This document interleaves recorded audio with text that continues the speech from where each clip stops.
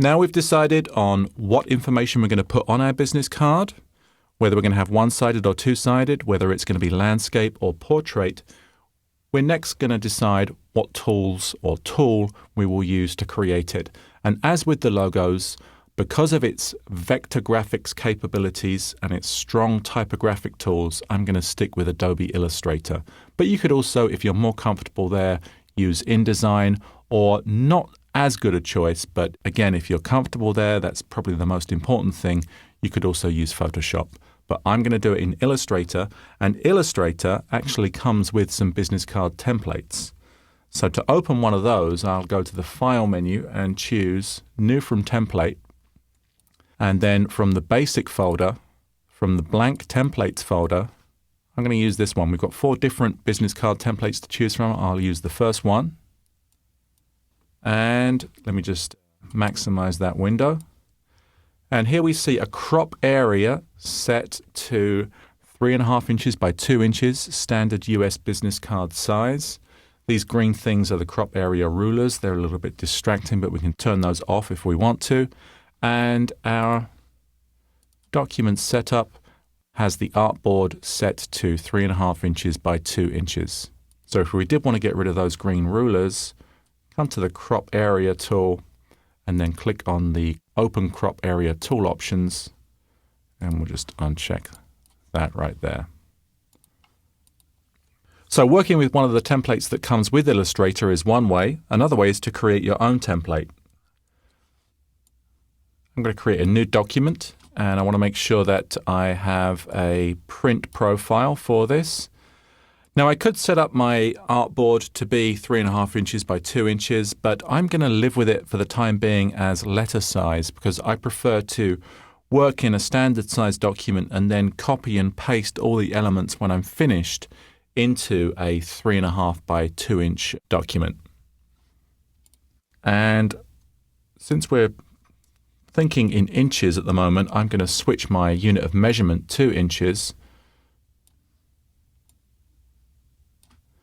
I'm going to draw 3 rectangles on top of each other. One is going to be the 3.5 by 2 inch rectangle of the business card dimensions. And then I'm going to draw an outer rectangle which represents the bleed area. And that is going to extend beyond the bounds of the business card by 1/8 of an inch. And then an interior rectangle that is going to represent the inner margins of the business card, what I'll call the safe area. And I'll want to keep most of my elements, certainly my type elements, within that area. So I'm going to use my rectangle tool and just click on my page and specify that I want a rectangle of 3.5 by 2 inches. And I'll move that right about there.